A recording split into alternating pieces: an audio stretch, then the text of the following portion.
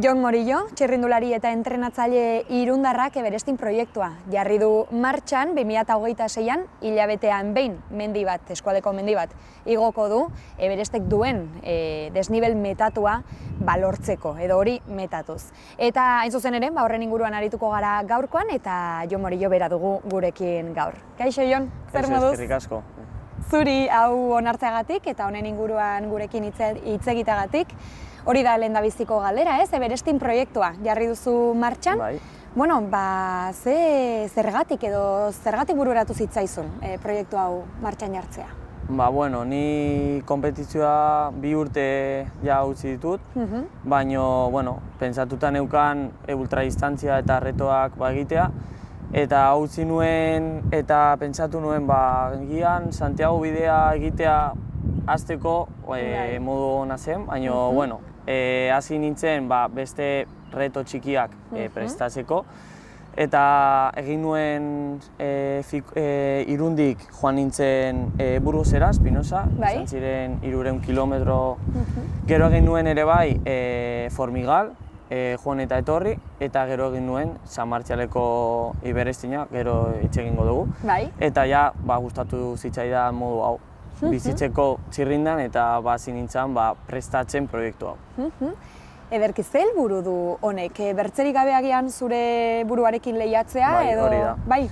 Nire buruarekin lehiatzea ere bai pentsatu nuen dago aplikazio bat, Everesti modukoa, eta hor jartzen dute jendea beraien retoak eta beraien Everestina, eta daude sailkapen bat. Eta nahi dut txirrinda usterakoan sailkapen horretan ondo sailkatuta egotea. Hori da. Eta pentsatu nuen urte honetan Everestin ahal duten gehienak egitea, eta asmoa da bat hilabetero egitea, eta dago sorpresatxo bat, ez dutala oraindik prestatu oraindik, eta ezin dut esan. Ederki, hor utziko dugu, sorpresa hori, aintzinago bagian jakinen dugu, eta Everestin proiektuaz hitz egiten segitzeko. Aipatu duzu San Martzial igo zenuela lehenik, hori pasaden urtean izan zen, ez? Eta hor hasi zen pixka bat igual martxan jartzen proiektua, ez? Bai, Santiago bidea prestatzeko nahi nuen ruta edo entrena luze bat egin, eta pentsatu nuen klub ziklista Irunesentzat dirua lortzeko egitea Everestin bat. Eta izan zen lehenengoa, oso ondo joan zen, eta orain hurrengoak. Hori da. Ondotik, zer etorri da 2026-tik edo 2026 hasi zenetik? Egin dut Santiago bidea eta gero egin nuen oporra txikitxo bat, 3 aste egon nintzen txirrinda ukitu gabe, errekuperatzeko, eta hasi nintzen proiektu hau prestatzen, egin dut urtarrilean Kolderratez, dagoela Alicanten, izan zen lehenengoa, eta orain bigarrena izan da Jaizkibelen, eta igande honetan badaukagu Ibardinen. Espero dugu eguraldia errespetatzea. Hori da, aipatu duzu, Ibardinen eginen duzula hurrengoa, hemen eskualdeko mendietan ere eginen duzu. Nola izanen da Ibardingoa, edo ze uste dut, urdu luzez egoten zarela, kilometro pila egiten dituzula, errepikapenak ere ez, eremu berean, nola izanen da Ibardingoa? Uste besteak bezala. 12 ordu, 13 ordu izango dira. Portua ez da zaila, lehenengo partea oso lasaiagoa da. Gero azkeneko 800 metro oso gogorrak dira, eta saiatuko gara lehenengo partean ritmo konstantea eramatea, eta azkeneko partea sobrevivir un poquito. Hori da, ederki. Hori izaten da pixka bat, ez? Erronkaren, nondik norakoa, aipatu duzu, ordu luzez, kilometro pila egiten dituzula, erronka egunean, denbora pila bat errepikapen asko ere. Eta galdetu nahi nizunea, nola prestatzen duzun hori, ez? Ez dut uste, zu txirrindulari izandakoa zara eta entrenamendu batzuetara agian ohituta zaude, baina hau prestatzeko bertzelako entrenamenduak ere egin beharko dira. Eta mentalki ere ez bakarra fisikoki. Fisikoki bai, baina mentalki ere bai. Ni kilometro asko egiten ditut, ez daukat prestakuntza espezifikoa. Egiten ditut kilometro asko, ordu asko, gorputza ohitutzeko, eta buruki ez dakit. Uste dut bastante gogorra naizela, eta egiten dudala buruari engañar un poquito, kontrako egin. Adibidez, orain 25 ditut, egingo ditut lehenengo 12ak, eta hasiko naiz buruari kentzen bueltak. Badir un poco y... Hori da, erraxago egiteko, Hori da, erraxago egiteko. Eramangarriagoa. Eta egunean bertan ere, aipatu duzu ez, agian goizeko 4etan hasten zarela erronka eta arratsaldeko edo iluna barrera arte ez, luzatzen dela. Ondoan, nortzuk izaten dituzu eta norrek laguntzen zaitu horretara?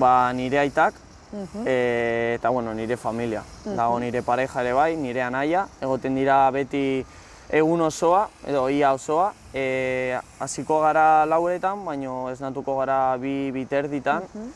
Egongo dira nirekin denbora guztian kotxearekin edo furgonetarekin igotzen nire atzetik, janaria, ura eta arropa kentzeko eta jazteko. Eta gero 8etan joango dira gora, prestatuko dute habituallamiento, furgonetarekin, karparekin, eta hor egongo dira egun guztia, jendearekin. Ederki. Jendea ere hurbiltzen da, erronka ikustera eta animatzera errepidetik? Es una cosa que me ha chocado bastante. Azkenean, hemen Irungo San Martxalen egin nudanean, normala zen, azkenean familia eta lagunak, baina egin nuen Kolderratez, Alicanten, eta etorri zen bastante gente, eta jende ez ezaguna. Eta Jaizkibelen ere bai, eguraldi oso txarra egon zen, eta etorri ziren jende asko, txirrindan, gero motorrarekin grabatzeko, fotoak egiteko eta dena. Beraz, zu sare sozialetan eta ibiltzen zara eta agian hortik ere ez, ikusiko jendeak. Hasi gara orain, pixkat. Urte bat erdi horrela daramagu. Ederki. Horrek ere lagunduko zaitu, ez? Pixkat erronka eramangarriagoa izatera edo, ez? Azkenean jendea bultzatzen dizu asko. Ederki. Eta hortaz gain ere, jendeak beste zaituela, familiakoak, lagunak, aipatu dituzu, baina ez dakit patrozinatzaile bat edo babesle bat dirua ematen duena, ez dakit erronka hauek, ez dakit zenbateko kostua izatu duten, eta ez dakit norbaitek laguntzen zaituen hortara edo, aipatu duzu Irunez txirrindularitza elkarteak ere agian babesa emanen dizula, baina ez dakit erronketarako eta lortu duzun bertzelako babesa, enpresa txikiena edo udalena edo ez dakit? Lehen urtean hasi nintzen arropa eta janariarekin, Crown ematen dit janaria, gelak eta barritak, gero ere bai Siroko arropa ematen dit. Baina urte honetan lortu dugu izatea Focus eta Irunbai Center dela txirrindurako denda bat, beraien embajadore izatea, eta beraiek ematen diate materiala, txirrinda, eta mazke dirua denbora asko da. Azkenean nire gurasoak denbora guztian daude, eta etortzen direnean jendea asko laguntzen didate. Fotoekin, argazkekin, bideoekin eta dena.